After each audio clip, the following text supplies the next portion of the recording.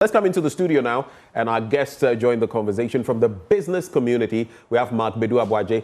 He's CEO, Ghana National Chamber of Commerce and Industry, and Charles Cedi Appreciation. He's head of the Business and Economic Bureau for the Ghana Union of Traders Association, GUTA for short. Gentlemen, good morning. Good morning. Mark, yes. You are here, seated first, so I'll give you the honors first. On the back of what you've seen, right, the entire talk, and we're all laughing here when someone said, oh, stock now on maybe 2 months. Someone said 1 year. Hey, people day. Mark, what is your take on what you've seen from the Abra market, Abosokan, before we get into the main matters? Well, I believe that we have started well as a country, and definitely in economics, prices are always sticker downwards. But when it comes to increasing prices, it's very, very fluid.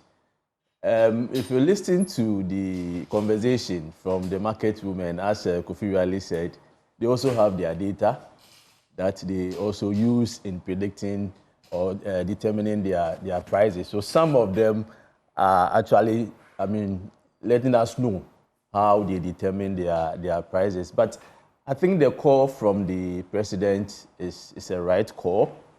But we don't expect that all prices will reduce simultaneously. Some will take a shorter time for the appreciation that we have seen to reflect on prices. Others will take quite some time.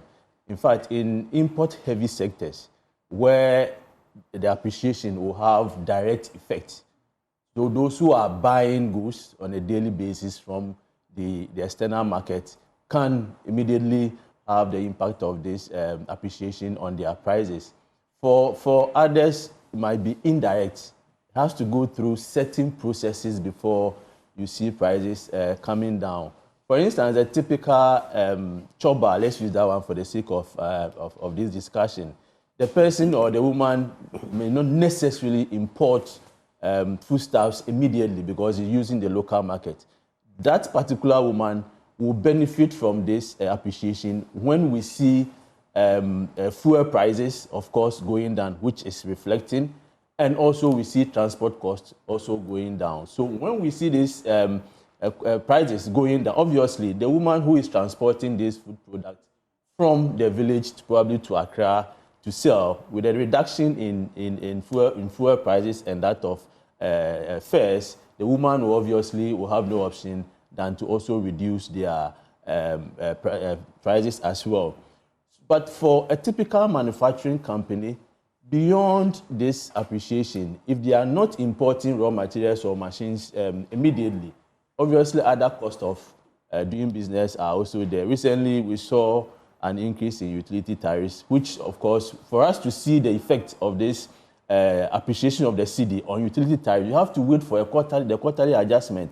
If PURC should come out and say that we have seen an appreciation, which is, of course, the exchange rate is one of the key factors that PURC use in even in terms of the electricity company of Ghana and their debt. Exactly. So if tomorrow they come and say that the cedi has appreciated by 24.1%, and because of that, we are, recalibrating our utility tariffs, and we are bringing it down. Obviously, all of us are going to have direct effect from the appreciation of the cedi. So until we begin to see some of these things, some may be immediate, some will take some time. As the ladies or the market men or men were saying, some have already stocked their products, some 6 months, some 1 year, whatever it is, we are not there to be able to determine. But obviously, some bought their products at a rate of 16 or 15 or whatever it is. So they have to be able to dispose of this and then go to the market and use the new rate to be able to buy their product and sell at a lower rate for all of us to benefit from the appreciation of the cedi. So the call from the president, for me, is more of a moral suasion. We need to look at the economic aspect of it. We cannot just reduce your prices because, one, the cedi is appreciating without taking into consideration all the other factors that affect prices immediately.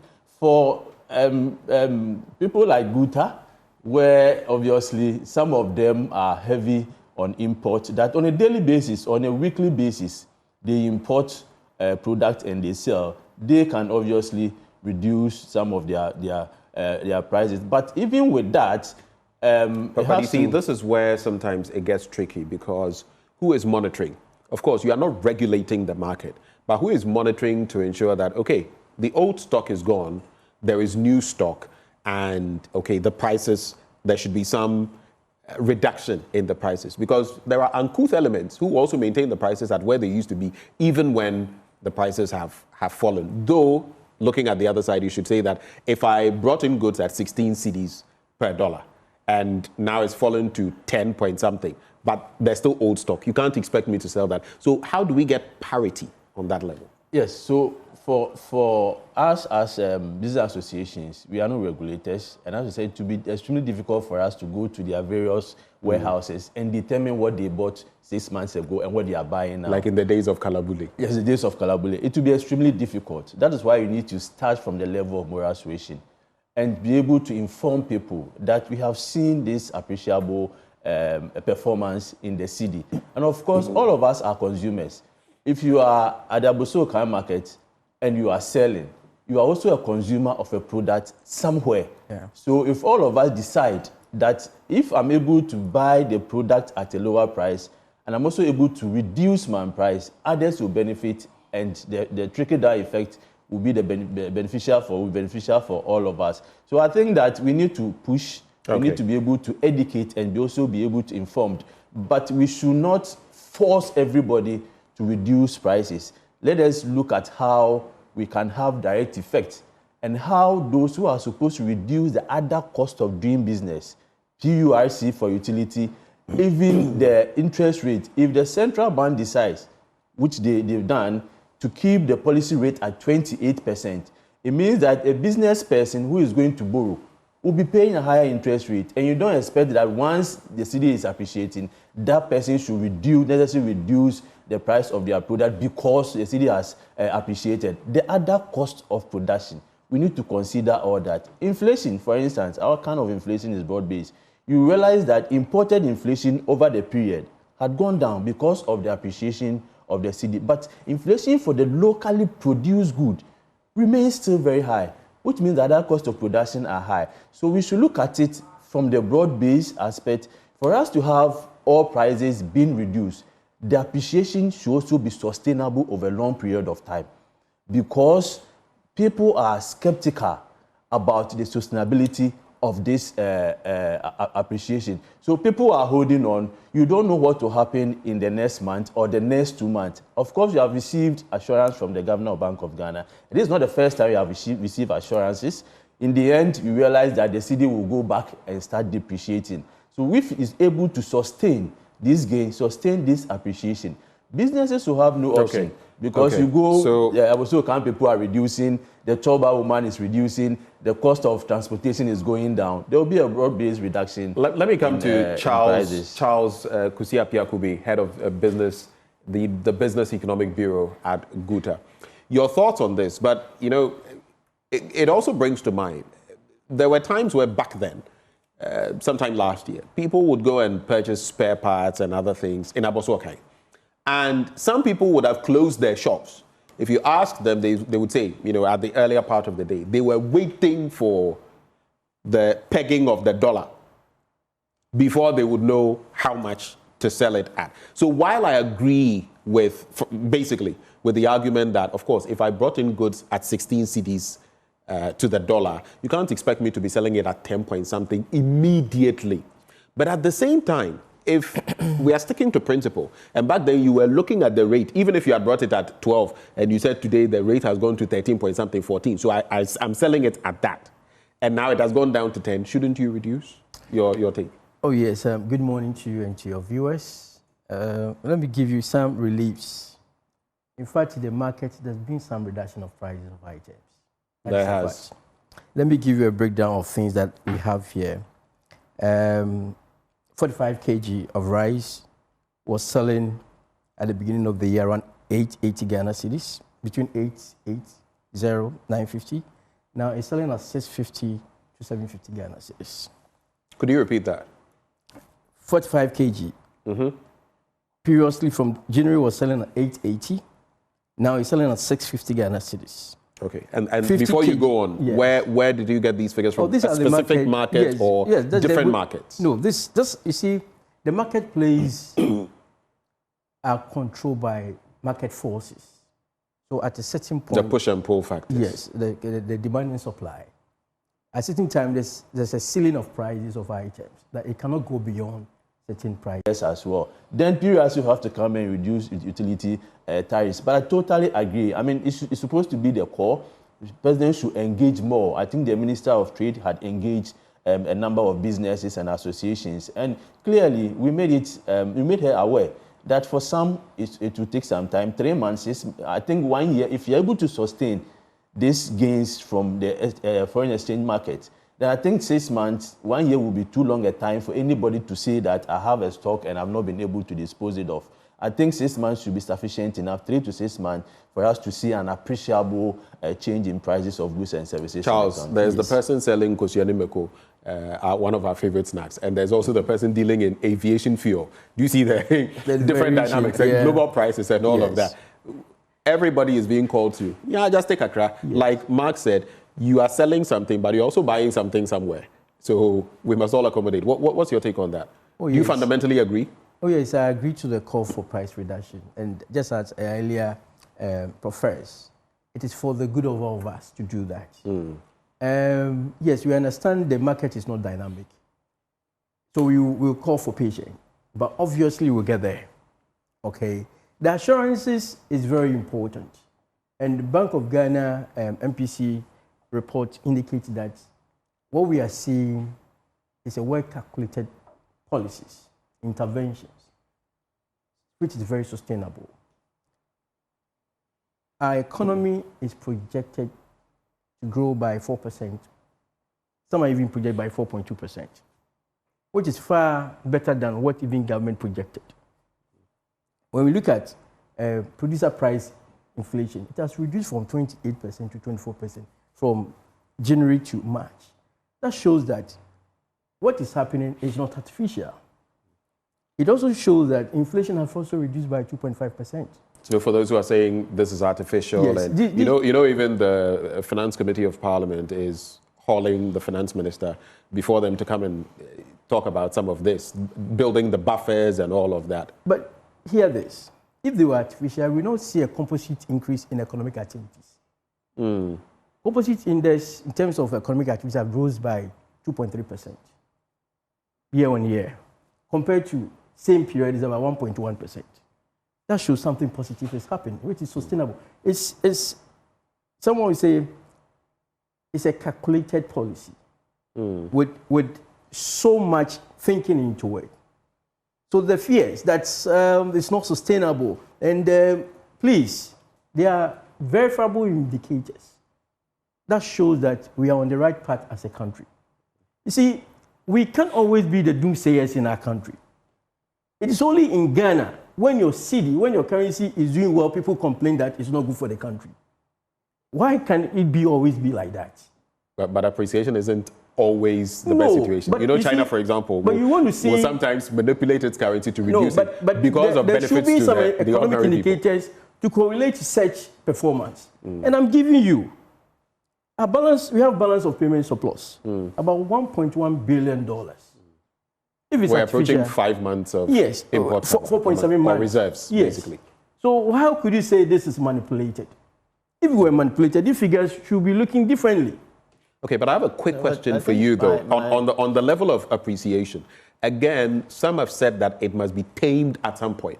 I have gone through certain corridors and heard that, look, the plan may even be to bring it as low as 8 cedis, which would be interesting. In fact, it would have meant we've moved from about 16 to 8. That's about 50% or 100% actually gone. The question is, now that the appreciation within the first 135 days is hovering around 19.39%, almost 19.4%, unprecedented. What does it mean in reality? What does it mean in reality? I'll start with you and then go to Mark. Or maybe, Mark, you start with your take on that. I mean, countries will intentionally either appreciate or depreciate their currency. It has economic effect. So anytime your currency is appreciating, what you should know is that your products become expensive for foreigners to import from you. Exactly. And also, their product become less expensive. So it will drive import into your country. We are an import-dependent country. Exactly. We import almost everything. And once people now believe that I can import everything at a lower price and a lower rate, if you are not careful, we import almost all the things that we can even produce locally. Right. And we may end up killing our local industries. That is one. The second, So this must go side by side with protecting our local industry. protecting our local industry, because already the cost of production is very high. So any other thing that will make them uncompetitive will end up killing the local businesses. And these are the businesses that are employing the people. They are the businesses that are driving the economy. Import does not necessarily drive your economy, but the production side, the real sector side, is the area that we have to focus our attention on. On the other side, if those who are manufacturing would also want to take advantage of this appreciation, it means that if they are importing machinery, previously if you are doing it at $1 to 16, it means that you import a machinery at a very higher rate, and of course your cost of production will go up. Now it has come down. You can import a machinery at a lower rate, and now your cost of production will go down. Those who are also importing raw materials will also be able to benefit from this appreciation of the local currency. So it has its benefits and has its own cost. What we need to do actually is to look at exactly what do we want to do as a country. Is it just enough to say we are appreciating our currency and depreciating dollar, and all of us are enjoying or we are happy? It shouldn't necessarily be so. What is the focus? Because there are those who now are also bleeding. You know that. There are those in the market who are also losing out. Exactly. Yeah. And obviously, we are benefiting now because prices of our major exports, gold and cocoa, prices are going up. They are doing well. So even though the cedi is appreciating, we have a higher market there. When the reverse happens, it's also going to affect our reserves as well. So for me, we need to have a broader discussion. In fact, exchange rate is a major determinant of a performance of an economy. Usually when we have an economy, we call it exchange rate overshooting. It could be downward or upward. We have had instances where the same exchange rate, I think before the IMF came in, just an announcement, we saw the cedi coming down, the dollar coming down drastically. For a point in time, it started going up, and it even went higher than where we were. It means that we have not been able to determine our optimal exchange rate. Right. That's as a country. This is something that I think researchers should be able to now focus or have their attention to. I'm of the opinion that as a country, we should have an optimal exchange rate that will benefit importers and exporters and will have a broad-based benefit for the entire economy, rather than allowing it to, moving up and swinging down and all those things. I think they are doing something better within both the monetary and the fiscal policy. But we should not be complacent with the fact that this is appreciating and we should be happy. There are a number of things that can easily work against us if we don't strengthen our fundamentals. Now, if on the global market, usually the global front is favorable, the domestic front is favorable. So they are all moving in a common direction in our favor, and we've seen the cedi appreciation. But usually you have them moving in an opposite direction. When the global is doing well, the domestic is not doing well. When the domestic is doing well, the global is also not doing well. Now we have the benefit of both domestic and global factors in our favor.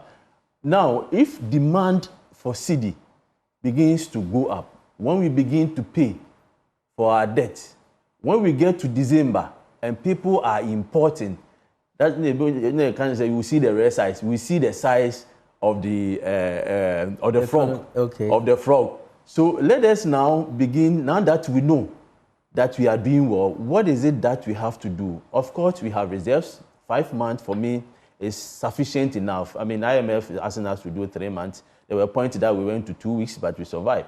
5 months, close to 5 months, is sufficient enough.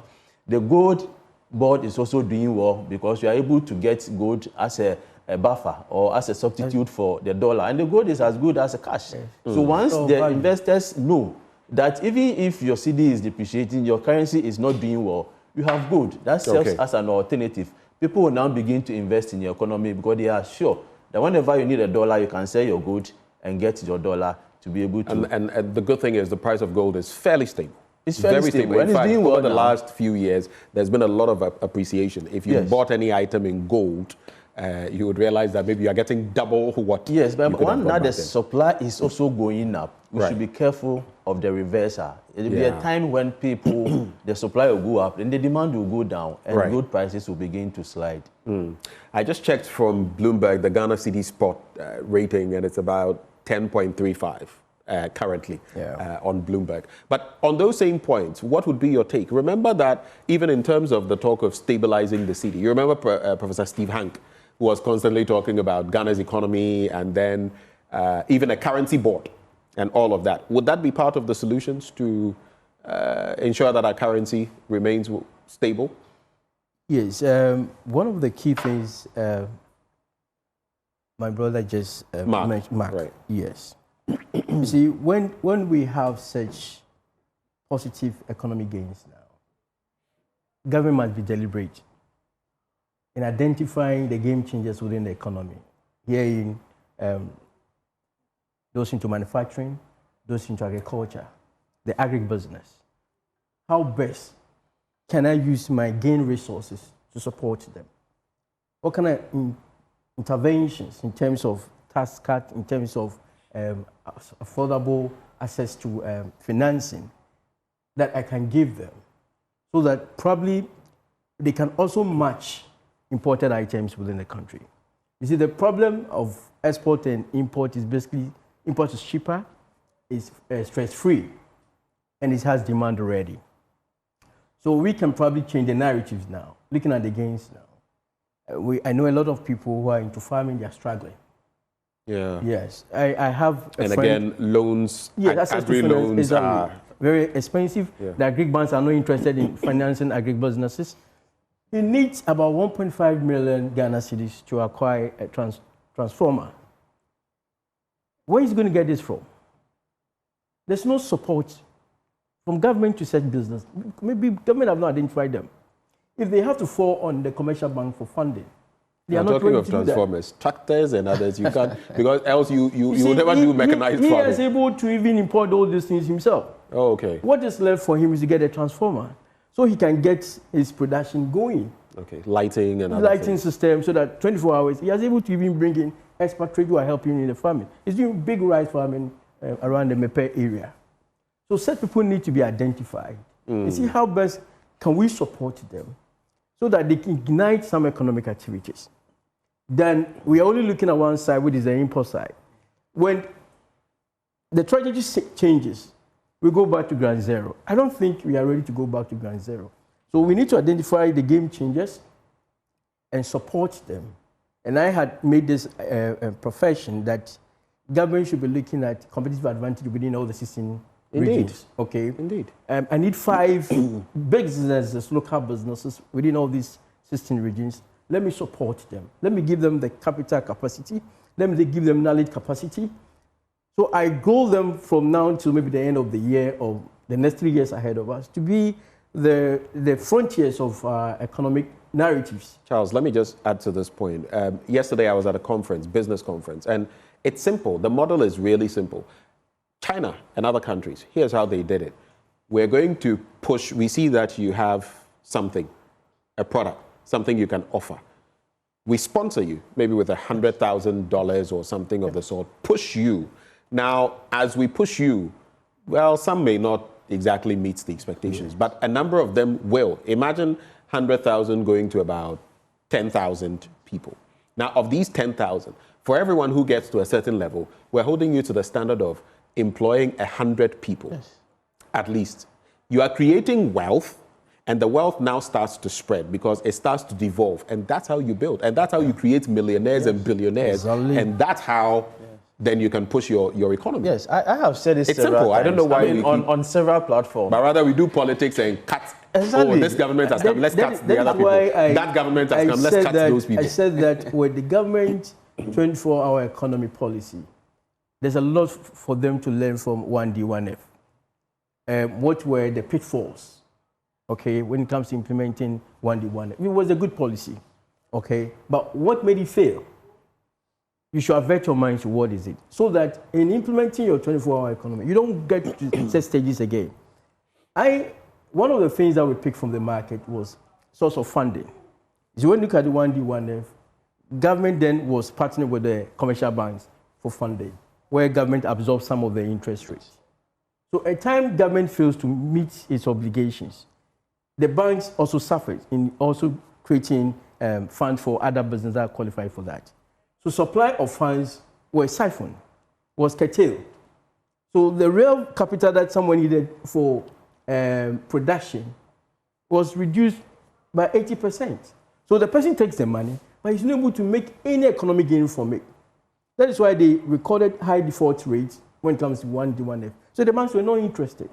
So looking at this, the 24-hour economy, is it possible government can have a special vehicle, purpose vehicle? SPV. Yes. Getting his own source of funding, like a partner with MasterCard, like Absa have done with MasterCard, and they are giving businesses loan at 10% per annum. So that we don't need to actually depend on the already challenged liquidity of the banks in supporting such brilliant policy.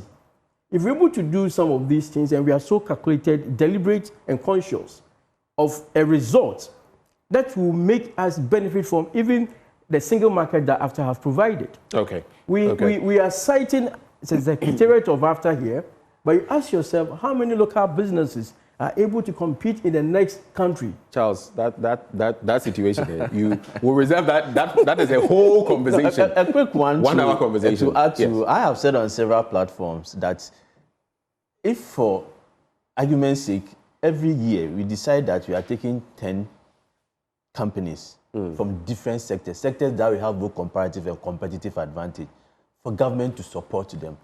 The pharmaceutical side, the cosmetics, agro-processing, these are sectors we have comparative advantage.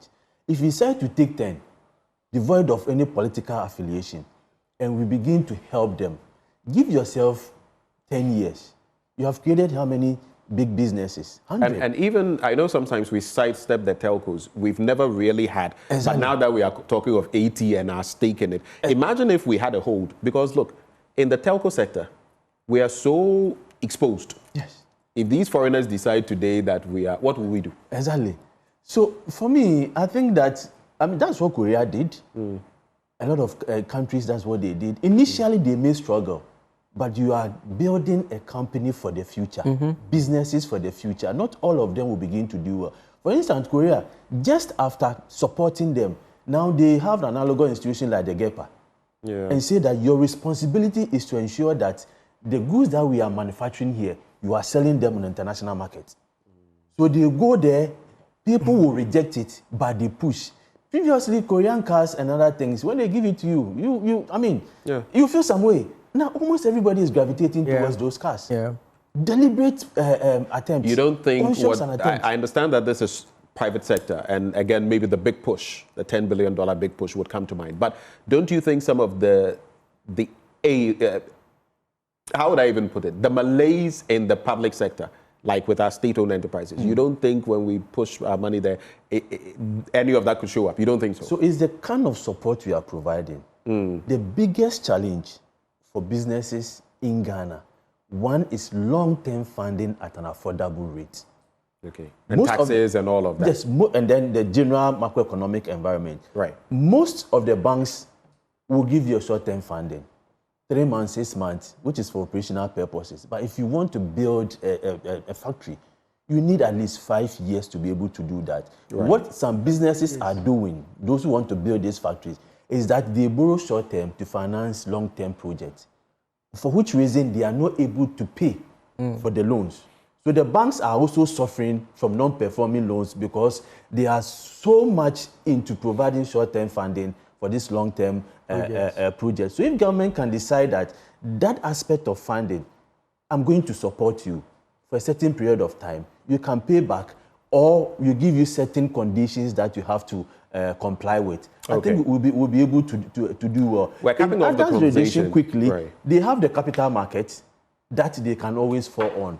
Our capital market is now developing. So most businesses, use debt financing. And debt financing may not necessarily immediately be good for a long-term investment like manufacturing companies. Okay, we have to go. I'll take your final words, but let me also add in there as you deliver your final words. You remember the former vice president saying, if the fundamentals are weak, the exchange rate will expose you. The fact that the exchange rate is where it is does not mean we are out of the woods. Does it mean the fundamentals are getting stronger? Okay. With all the indicators, with all the economic indicators, you could see there's some positive growth within our fundamentals. The store of value is our local currency. If the store of value is gaining strength, if businesses are having confidence in our store of value, that means the fundamentals are getting strengthened. Now, people are so let's just go straight forward. People are shying away from quoting their price in dollars. That means the fundamentals are getting better. Our challenge has always been sustainability. How they are able to sustain this gain. Our plea. And so those quoting in dollars now bleeding. Oh yes. Our plea is that they should keep their eye on the ball. Okay. There should be so much discipline, especially government with its fiscal expenditure. Okay. And be discreet, so that all that we are able to gain within this period, we don't lose it to the dollars. We don't lose it. Mark, you have to be very brief on this point. 30 seconds. Let's go. So I think that we have started well. We still have a long way to go. If you look at the numbers, I mean, there are some positive gains that we have made. We need to sustain them, whatever they have to do. And I'll call for a complementary work between the Ministry of Finance and Bank of Ghana. The fiscal policy and the monetary policy should work together. They shouldn't work at, I mean, but so far they are doing well on that. In their policy approach. But I think we all will benefit. Definitely, all of us will benefit. But I expect that prices will come down soon. We should all be patient. The ones that are supposed to have positive and immediate response, they should do that. The others will follow and have a broad-based reduction. All of us will benefit from what is happening. Thank you. Gentlemen, it's been really good. Thank you for the insights that you've added to this conversation. Mark Bedu-Aboagye is CEO of the Ghana National Chamber of Commerce and Industry, the GNCCI. Charles Appiah-Kubi is head of business and the Economic Bureau at GUTA, the Ghana Union of Traders Association. Ghana.